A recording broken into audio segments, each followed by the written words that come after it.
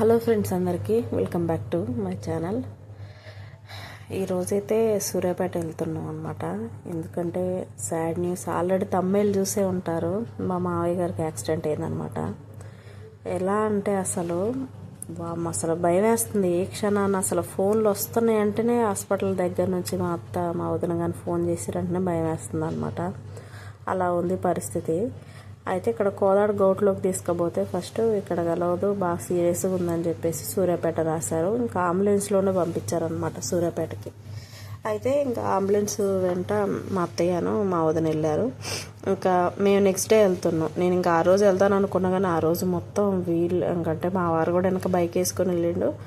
ఇక అటు ఇటు తిరగడం, స్కానింగ్లు, ఎక్స్రేలు చాలా అంటే అసలుకి చెయ్యికి హ్యాండ్కి గోడకి దెబ్బ తగిలిపోయింది. అంటే దెబ్బ అంటే అసలుకి బోన్స్ బయటకు వచ్చినాయి అన్నమాట. అలా ఉంది. తలకి వెనక అసలు ఒక్క కాళ్ళు ఒక్కటి తప్పితే కాళ్ళకు కూడా దెబ్బలే ఉన్నాయి. ఇరగడం వరకు వెన్నుపూస ఇరిగింది.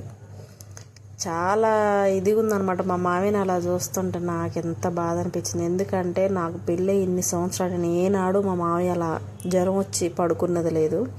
చాలా ఓపిక అనమాట. ఎంత ఓపిక అంటే అసలు జ్వరం రాదు, వచ్చినా సరే పట్టించుకోడు, మొండి అనమాట బాగా.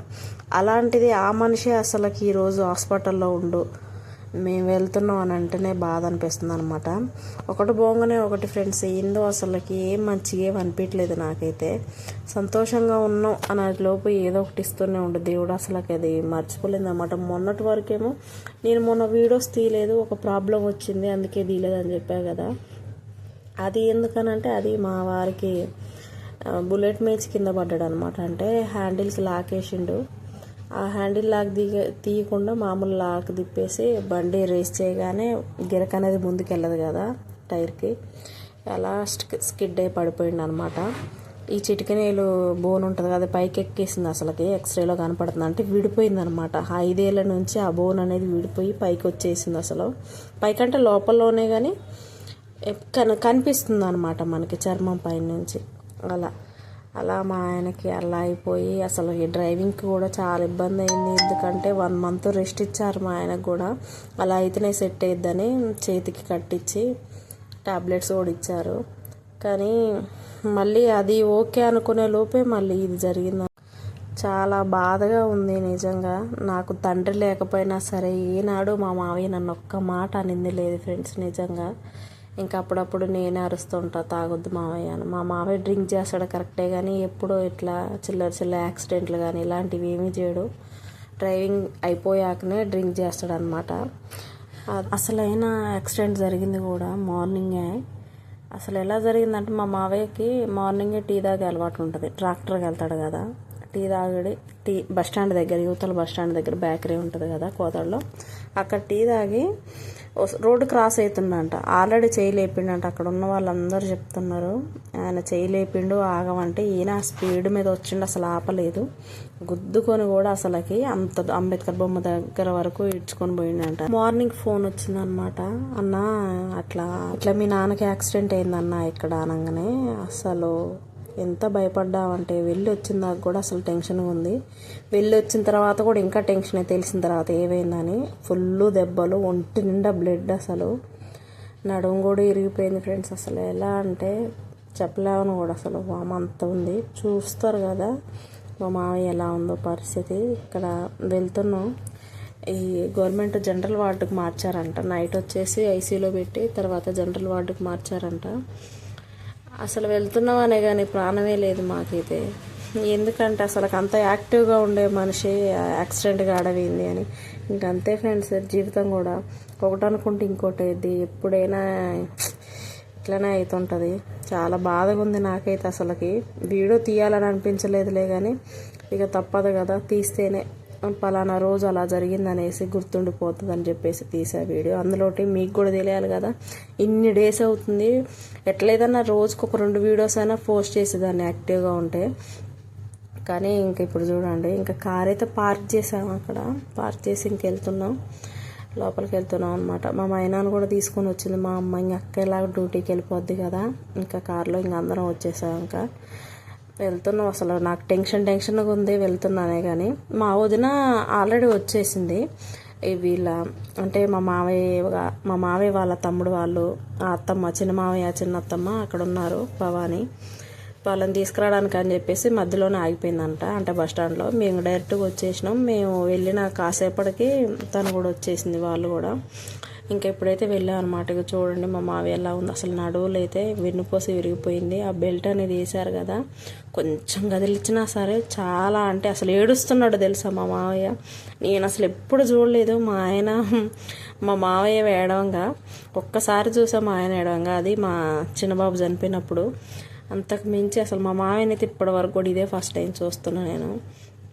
ఎంత నొప్పి ఉంటే అలా ఏడుస్తుండని. ఎందుకంటే మాకు తెలుసు కదా, అసలు చిన్న చిన్న అస్సలే పట్టించుకోడు. అందులో ట్రక్ డ్రైవింగ్ అంటే ఎలా ఉంటుంది, అలాంటిది అసలు కదలలేకపోతుండు. ఆ యాక్టివ్ లేదు. బ్లడ్ మొత్తం తల కూడా బలిగిపోయింది. చూడండి ఎలా ఉంది అసలు. నుదుటిన తల, ముక్కు, బొక్క కూడా ఇరిగింది. హ్యాండ్కి అవుట్ సైడ్ రైట్ సైడ్ హ్యాండ్కి మొత్తం అక్కడ ఫ్రాక్చర్ అయింది. అంటే అసలు బోన్స్ కూడా అరిగిపోయినాయి, అంటే రుద్దుకొని పోయింది కదా రోడ్డుకి, అలా అనమాట. ఇంకా మా అత్త ఇక మనవరాలను చూసుకొని పాపం మరుస్తుంది, కానీ తనకు చాలా బాధనే ఉంది లోపల.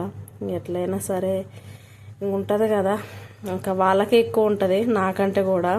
కానీ అసలుకి నేనే ఎక్కువ బాధపడుతున్నా. నేను ఎంత బాధపడుతున్నా అంటే నన్ను ఎంత బాగా చూసుకుంటాడో మీకు అర్థమవుతూ ఉంటుంది. రాజీ నువ్వు రాని నాకు ఒకటేనమ్మా అంటాడు మా మావయ్య అయితే. నువ్వు కోడలు ఆ బిడ్డ అనే కాదు, నాకు ఇద్దరు ఒకటే అమ్మ, నువ్వు నాకు రాని లెక్కనే, నువ్వు నా బిడ్డ లాంటి దానివే అంటాడు అనమాట. అంత బాగా చూసుకుంటాడు. కానీ చూడండి ఇప్పుడు ఎలా అయిపోయిందో మా మావయ్య పరిస్థితి పాపం. అసలు ఒక్కొక్క రోజు ఎలా ఉంటుందో అని భయం. అంటే వాళ్ళు చెప్పారు డాక్టర్స్ 48 hours తర్వాత వరకు ఏమీ చెప్పలేమని సంతకాలు చేయించుకున్నారంట. అందుకోసం చెప్పేసి కొంచెం బాధ అనిపిస్తుంది నిజంగా ఫ్రెండ్స్. ఇప్పుడు ఇంటికి పెద్ద పెట్టినా పెట్టకపోయినా సరే ఇంటికి పెద్ద అనేది ఉండాలి. వాళ్ళని చూసైనా కొంచెం మనకి ధైర్యంగా ఉంటుంది ఎలాంటి పరిస్థితుల్లోనైనా. అలాంటిది మా మామయ్యకే ఇలా అయిపోతే అసలు మాకే బాధ అనిపిస్తుంది. మా అమ్మ మేము కూడా వచ్చాను చూసినాం. మా అమ్మ కూడా వచ్చిందంటే ఇక చూడండి, మా అమ్మను కూడా అసలు ఎంత బాగా పలకరిస్తాడో, చెల్లె అని. మా అమ్మకు చెప్పగానే అదే అన్నదనమాట, నన్ను ఎంత బాగా పలకరిస్తాడరా, ఎక్కడ ఉన్నా సరే చెల్లె బాగున్నవారా అని అరే మేంచి దిగడం. మా అమ్మనైతే అంత బాగా చూసుకుంటాడు అందరినీ. మాట మంచితనమే మా మావయ్యకి. మేము హాస్పిటల్కి వెళ్ళొచ్చాక అందరు అడగడమే ఎలా ఉందని ఫోన్లు చేసి. కానీ వాళ్ళ చెల్లెళ్ళు అంటే మా ఆయన వాళ్ళ చెల్లెళ్ళు ఇక్కడ ఉంది చూసారా భవాని, వీళ్ళంతా శిరీష ఇంకా వాణి వీళ్ళందరూ కూడా ఉన్నారు. కాకపోతే వాళ్ళకి వీళ్ళు లేక రాలేదు, భవాని ఒక్కతే వచ్చింది అలా అనమాట. ఇంకా ఈమె చిన్నత్త అనమాట, చిన్న మావయ్య అంటే మా మావయ్య వాళ్ళ తమ్ముడు. ఇంకో చిన్న మావయ్య చనిపోయాడు. మావయ్య చనిపోయి కూడా 3 months కూడా కావట్లేదు ఫ్రెండ్స్. నిజంగా ఆయన కూడా యాక్సిడెంట్ ద్వారానే ఇలాగనే ఎవరో వచ్చి గుద్దితే మా ఇంటి వాళ్ళ ప్రాణాలు పోతున్నాయి అనే భయం. శిరీష ఫోన్ చేసి కూడా ఆ రోజు అంటే మా మావయ్య అంటే చిన్న మావయ్య వాళ్ళ అమ్మాయి, ఏందో అది నా దేవుడికి మేమే దొరికినవా, మా ఫ్యామిలీయే దొరికింది, అసలుకి నాన్న చనిపోయే 3 months అలా కూడా కావట్లేదు, ఇప్పుడు మా పెదనాన్నకి ఎట్లా అయిపోయిందని ఏడుస్తుంటే నాకే బాధ అనిపించింది అసలు. నిజంగా మావయ్య ఎంత యాక్టివ్గా ఉంటాడో మా చిన్న మావయ్య కూడా అంత మనిషి కూడా యాక్సిడెంట్ వల్ల చనిపోయిందంటే అసలు మేమే జీర్ణించుకోలేకపోతున్నాం. మా ఆయన ఇప్పటికి ఒక్కొక్కసారి సీన్ మావయ్య అంటుంటాడు. ఒకవేళ వీళ్ళ శాంతత్తమ్మ అంటే వీళ్ళ పిన్నాం ఫోన్ చేసినా సరే అలా ఉంటుంది అనమాట. ఇంకా మా బుద్ధి అత్తమ్మ కూడా అంతే, భలే పని అయిందయ్యా అని అట్లా బాధపడుతుంది. అసలు మా మావయ్య గురించి అంత ఏడుస్తున్నారంటే అసలు ఆశ్చర్యం వేసింది నాకైతే. ఎందుకంటే ఉంటాయి కదా వాళ్ళ ప్రేమలు, వాళ్ళ తమ్ముడు. మా మావయ్య కూడా మా చిన్న మావయ్య నిన్ను అసలు బాగా ఏడ్చిండంట చెప్తుంది రాగానే భవాని. అత్తమ్మ కూడా అన్నదన్నమాట, మావయ్య నిన్ను ఏడ్చిండమ్మా, ఏంది మా అన్నయ్యకి ఎట్లా అయిపోయింది, తమ్ముడేమో అట్లా పోయిండు అని. ఏమో ఫ్రెండ్స్ అసలు నాకు ఏం చెప్తున్నానో కూడా అర్థమే కావట్లే. మా వదిన చూడండి టెన్షన్ పడుతుంది. మా వదినకి చాలా ఇష్టం మా మావయ్య అంటే. మా వదిన ఎప్పుడు చెప్తా ఉంటుంది, చిన్నప్పుడు మా నాన్నమ్మ నా కాలు పట్టుకొని ఇట్లా వచ్చేది, ఏ టైం అయినా సరే మాకు గారెలు బజ్జీలు తీసుకొచ్చేది. ఎట్లయినా సరే తండ్రికి ఆడపిల్లే కదా బాగా ఇష్టం. అలాగే మా వదినకు కూడా మా మావయ్య అంటేనే చాలా ఇష్టం. అట్లా మంచిగా చూసుకుంటుంది అనమాట. అయిందన్న నిమిషమే అసలు బ్రష్ కూడా చేయకుండా వచ్చింది. నిన్న మొత్తం టెస్టులు కానీ అటు ఇటు తిరిగారు మా ఆయనను మా వదిన కూడా అసలుకి బాధపడుతూ ఉంది. అసలు అన్నం కూడా తినట్లేదు, అసలు తెచ్చుకున్న అన్నం కానీ ఏది కానీ అసలు ముట్టుకోవట్లేదు. మా నాన్నకి ఎట్లా అయిపోయింది, ఎట్లుంటుందో అని డైలీ వెళ్ళి వస్తుంది. ఇది తీసింది నిన్న వీడియో, ఈరోజు అప్లోడ్ చేసింది. ఈరోజు కూడా వెళ్ళింది అనమాట మా వదిన. ఉందామని అనుకుంటుంది, కాకపోతే పిల్లలు ఉన్నారు కదా, మా వదినకు కూడా 2 పిల్లలు, మాటిని లక్కిని ఇంకా నా దగ్గర వదిలేసి వెళ్తుంది అనమాట. పొద్దుగూకులు ఇంకా నా దగ్గర ఉంటారు. ఇంకా నైట్ అయ్యేసరికి వస్తుంది. వీడియో తీస్తుంటే తీమాకలేరా అంటుంది. మేము వీడియో తీస్తుంటే కూడా ఒక ఆయన వచ్చి తీయొద్దు వీడియోస్, మీ ఇంటి దగ్గర తీసుకుండా అంటున్నాడు అనమాట. నువ్వు చెప్పేది ఏంది, మాకు తెలియదా అని అంటుంటే పోతున్నాడు ఆయన. ఇక కోపం వచ్చింది నాకు ఈ సిచ్యువేషన్లో. మేము వీడియోస్ తీసుకుంటే ఎందుకంటే మాకు గుర్తుగా మా సినిమావే చనిపోయినప్పుడు కూడా తెలుసా, నేను బూర్గడ్డ పోయినప్పుడు వీడియోస్ తీస్తే అందులో సినిమావే ఉంటాడు, మా చిన్న మావి చనిపోయిన ఆయన ఇప్పుడే చూసుకుంటారంటే అంటే చూస్తారు కదా. ఇప్పుడు మా పిల్లలైనా వాళ్ళైనా ఎవరైనా సరే ఏదైనా సరే అలా గుర్తుకుండిపోతుంది. నా యూట్యూబ్ స్టార్ట్ చేయడం కూడా నాకు చాలా లక్ అనమాట. ఎందుకంటే ఏదైనా అలా ఏ రోజు ఆ రోజు అలా ఉండిపోద్ది.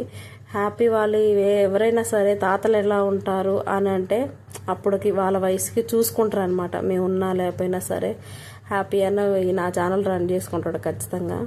ఇంకెక్కడైతే ఇక కిందికైతే దిగుతున్నా. అక్కడ మా మావే బాధ చూడలేకపోయాను నేనైతే. నాకే కళ్ళం నీళ్ళు వచ్చినాయి, కానీ కంట్రోల్ చేసుకుంటున్నాం మేమే. ఎందుకంటే పాప మా మావయ్య నొప్పులకు తట్టుకోలేక ఏడుస్తుండే. ఇంకా మేము ఆయన ముందు ఏడిస్తే బాగోదని చెప్పేసి ఇంకా బయటకు వచ్చేసామన్నమాట. వచ్చి ఇక్కడ కూర్చున్నాం. ఇక్కడ సీట్స్ ఉంటే టీ అన్న తాగొద్దానా అని అసలు తినలేదు ఫ్రెండ్స్. అసలు నాకు కళ్ళు తిరుగుతున్నాయి అనమాట. మా ఆయన కూడా అస్సలు తినట్లేదు, ఆకలి అంటుండే. అన్న మా వదినైతే ఇంకా పైనే కూర్చుని ఉండేది. నేను కుంటాలేరా కొద్దిసేపు మీరు వెళ్ళండి కిందికని అంటే సర్లేని వచ్చి కూర్చుని ఇంకా టీ తాగని వద్దాను రా అని ఇంకా మేమే ఫోన్ చేస్తే అప్పుడు వచ్చిందనమాట. ఇక వచ్చాక ఇక టీకి అయితే వెళ్ళాము. ఎంత ఇష్టమో నాకు ఇప్పుడు అర్థమవుతుంది. సరే ఉంటుంది ఇష్టం, కానీ ఏదైనా అయినప్పుడే కదా తెలిసేది. అసలు అల్ల ఆడుతున్నారు మా ఆయన మా వదిన అయితే. మరి అసలు ఎట్లయినా వాళ్ళ బ్లడ్ రిలేషన్ కాబట్టి వాళ్ళకి ఎంత ఎమోషనల్గా ఉందో నేను చూస్తున్న కళ్ళారా. ఇంకా మా వదిన అయితే మరి కనపడట్లేదు, కానీ అసలుకి చాలా ఏడుస్తుంది లోపల. నాకు తండ్రి లేడు, కానీ వీళ్ళ ప్రేమ చూస్తుంటే నిజంగా నాకైతే భలేగా అనిపిస్తుంది. తండ్రి కోసం అంత దూరం నుంచి అసలుకి అప్ అండ్ డౌన్ చేస్తున్నారు ఇద్దరు. నిజంగా అసలుకి చాలా గ్రేట్ అసలు. ఇంకెక్కడైతే టీ షాప్కి అయితే వచ్చాము. ఇంకా కూర్చుంటున్నాం అనమాట. ఇక్కడ సిట్టింగ్ ఏరియా కూడా ఉంది కంఫర్టబుల్గా, రోడ్డు పక్కనే, కొంచెం హాస్పిటల్కి బ్యాక్ సైడ్ అనమాట. ఇక అలా వచ్చేసి అయితే కూర్చున్నాం. ఇంకా పిల్లలు కూడా పాపం స్నాక్స్ కూడా ఏం తీసుకెళ్ళలేదు. వాళ్ళకి మనం అంటే అర్థం చేసుకోగలుగుతాం, వాళ్ళకి ఏం తెలియదు కదా, ఆకలి అంటారు.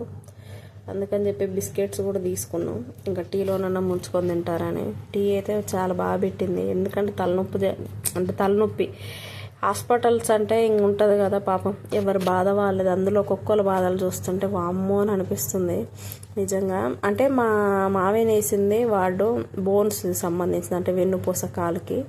అన్నీ యాక్సిడెంట్ కేసులే అసలుకి. వయసు వాళ్ళు ఒక్కొక్కరు వామ్మో ఎంత ఘోరంగా అయిన యాక్సిడెంట్స్ చూస్తేనే నాకైతే భయం వేస్తుంది. నాకు ఎందుకో అసలు ఈ అంబులెన్స్లు అన్నా హాస్పిటల్స్ అన్నా చాలా అంటే చాలా భయం. అసలు అవి చూస్తే నాకు బాధ అనిపించి నాకు అసలు ఎలానో అయిపోయా, డల్గా ఉండేసిన అనమాట. ఇంకా మా వదిన చూడండి ఇక్కడ పేపర్ చదువుతున్నా నేను. ఇన్ని రోజులు పేపర్ చదవక అంటుంది. ఇక పిల్లలకైతే అమ్మ అరటిపండ్లు కొనిచ్చింది. ఇంకా అరటిపండ్లు తింటున్నారు మా ఆయన హ్యాపీ. ఇంకా మేము కూడా తినేసాం అరటిపండ్లు. ఇంకా మా పాపకి అయితే ఇప్పుడే జుట్లు వేసాం, మొత్తం పిలకలన్నీ పీకేస్తుంది అనమాట. మా అత్తగారిని దువ్యాన్ని తీసుకొని వస్తే తీసుకొచ్చిందిలే మా వదిన, అంటే సరేలేని ఇంకా ఆ దువ్యాన్ని మళ్ళీ రిటర్న్ తీసుకొచ్చుకున్నా. ఇంకా నేను కూడా జుట్టు వేసుకున్నాను అనమాట. మా మావయ్యని చూడండి అసలు కూర్చోబెట్టడానికి కూడా ఇద్దరు లేపాల్సి వస్తుంది, ఇద్దరు కూర్చోబెట్టాల్సి వస్తుంది.